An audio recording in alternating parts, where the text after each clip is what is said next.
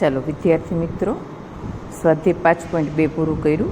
હવે 5.3 માટે આપણે બે ટાઈપના વિકલન જોવાના છે. એક ગૂઢ વિધેયનું વિકલન અને બીજું પ્રતિવિધેયનું વિકલન. તો આ ગૂઢ વિધેયનું વિકલન એટલે શું? તો કોઈ પણ જ્યારે વાયવાળું પદ આપણને જોવા મળે છે ત્યારે તે પદનું આપણે ફરીથી વિકલન કરવાનું રહેશે. સૌપ્રથમ આપણે બે ઉદાહરણ જોઈ લઈએ અને ત્યારબાદ આગળ સ્વાધ્યાયના દાખલાઓ જોઈશું. તો ઉદાહરણ નંબર 24, અહીં આપણે બે રીતે કામ કરી શકીએ. એમાં પહેલી રીત એવી છે કે અહીં આપણને એવું આપ્યું છે કે x - y - પાઈ = 0 માટે dy/dx મેળવો. તો સૌપ્રથમ આપણે yને આ બાજુ જવા દઈએ તો પ્લસ એટલે કે x - પાઈ તરીકે. હવે આપણે એનું x સાપેક્ષ વિકલન કરીએ તો dy/dx = અહીં જોઈએ તો xનું x સાપેક્ષ વિકલન 1 અને પાઈનું 0. તો અહીં એક જ સ્ટેપમાં ડાયરેક્ટ આપણે dy/dx = 1 મેળવી લીધું. હવે આપણે ઉદાહરણ નંબર 25 જોઈએ. તો અહીં આપણને એવું આપેલું છે કે y + sin y = cos x. હવે આના માટે dy/dx મેળવવા પહેલાં આપણે બંને બાજુ x સાપેક્ષ વિકલન કરીએ એવું લખીશું. x સાપેક્ષ વિકલન લેતા તો dy/dx પ્લસ આપણે આમ લખીએ પહેલાં d/dx of sin y = d/dx of cos x. તો અહીં dy/dx એમના એમ રહેશે. sin yનું xને સાપેક્ષ વિકલન, તો સૌ પ્રથમ sin yનું આપણે cos y લખીએ, પણ x સાપેક્ષ હોવાથી yનું ફરીથી કરવાનું છે dy/dx. અહીં આ પોઈન્ટ જ ખાસ યાદ રાખવાનો છે. અને cos xનું x સાપેક્ષ કરીએ તો cos xનું વિકલન -sin x, અને xનું ફરીથી x સાપેક્ષ હોય એટલે 1, જે આપણે દર્શાવતા નથી. તો આ બધાયમાંથી આપણે dy/dxને સૂત્રનો કર્તા બનાવવાનો રહેશે. એટલે કે dy/dx કોમન લઈ લઈએ તો 1 + cos y = -sin x, અને આને આધારે dy/dx = -sin x upon 1 + cos y એવું આપણે મેળવી શકીએ. તો ટૂંકમાં જ્યારે ગૂઢ વિધેયના વિકલનમાં sin y જેવા વિધેયો જોવા મળે ત્યારે વાયવાળા પદનું આપણે ફરીથી વિકલન કરવાનું રહેશે. હવે આવી જ રીતે સ્વાધ્યાય 5.3 અને એના 1 થી 8 દાખલામાં એવું કીધું છે કે સ્વીકારી લ્યો કે y એ xના સાપેક્ષ વિધેય તરીકે યોગ્ય પ્રદેશમાં વ્યાખ્યાયિત છે. તો dy/dx આપણે મેળવવાનું છે. તો પહેલા દાખલામાં છે 2x + 3y = sin x. તો સૌ પ્રથમ આપણે દરેક વખતે આપેલા સમીકરણમાં બંને બાજુ x સાપેક્ષ વિકલન લેશું, એટલે કે x સાપેક્ષ વિકલન લેતા એવું લખીએ.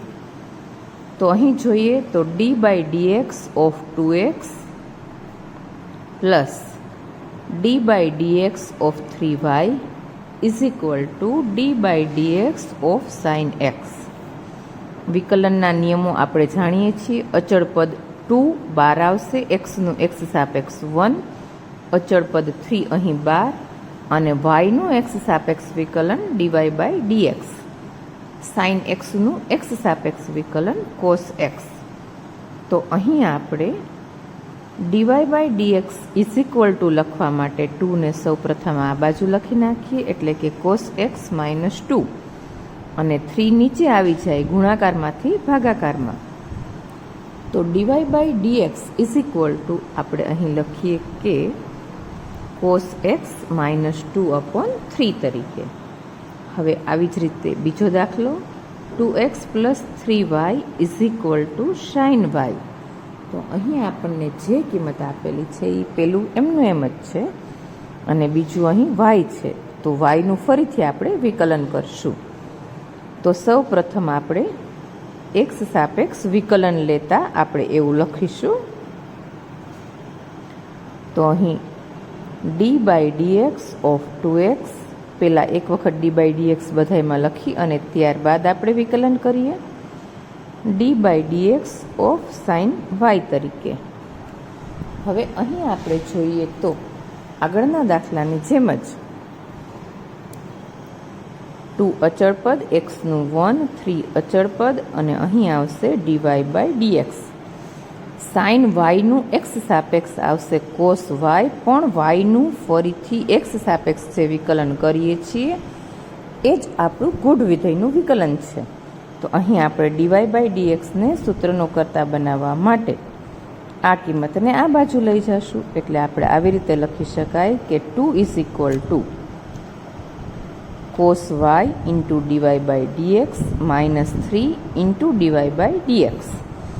અહીંથી આપણે dy/dx જો કોમન લખી નાખીએ તો cos y માઇનસ 3, છેલ્લું એક સ્ટેપ આપણે અહીં લખી નાખીએ તો dy/dx is equal two 2/cos y minus 3 તરીકે લખી શકીએ.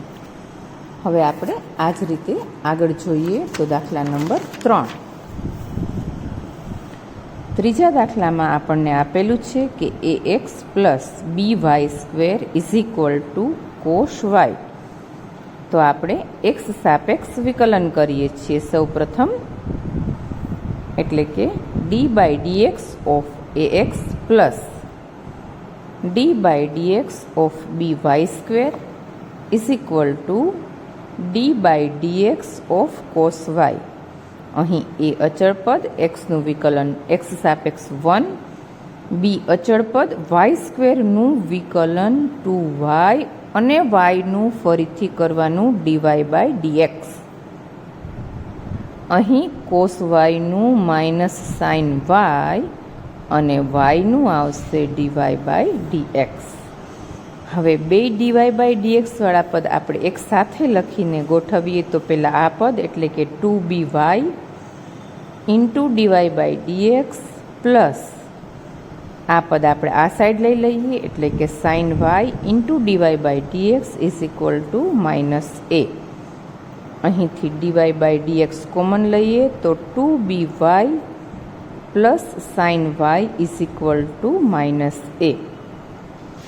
માટે dy/dx is equal to minus a/2by plus sine y. તો આ રીતે આપણે દાખલાઓ ગણવાના છે. હવે ચોથા દાખલામાં જોઈએ તો xy plus y² is equal two 10x plus y. તો બંને બાજુ આપણે એક્સ સાપેક્ષ વિકલન લઈએ છીએ. એક્સ સાપેક્ષ વિકલન લેતા તો dy/dx ઇઝ ઇક્વલ ટુ અહીં x ઇન્ટુ વાય ગુણાકારના નિયમ પ્રમાણે કામ કરીશું. અહીં y² વિકલન અને yનું ફરીથી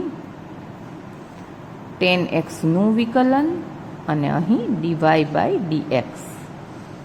તો અહીં ગુણાકારના નિયમ પ્રમાણે કરીએ તો પહેલાં x એમના એમ, yનું x સાપેક્ષ વિકલન, y એમના એમ અને xનું વિકલન 1.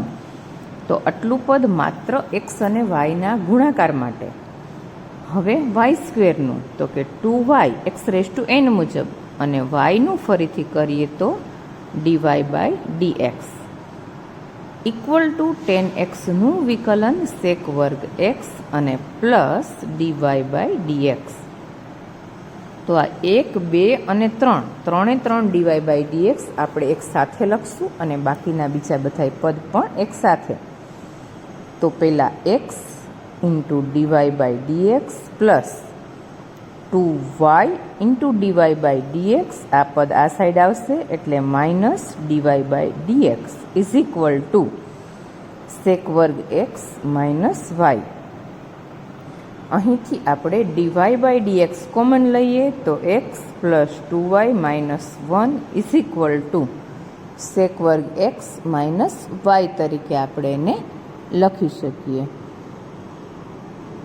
હવે આપણે આગળ જોઈએ તો dy/dx is equal two sec² x minus y છેદમાં x પ્લસ 2y માઇનસ 1. તો અહીં આ રીતે દાખલાઓ આપણે પૂરા કર્યા. ગૂઢ વિધેય એટલે જ્યારે જ્યારે y આવે ત્યારે yનું ફરીથી વિકલન કરી અને dy/dx લખવાનો.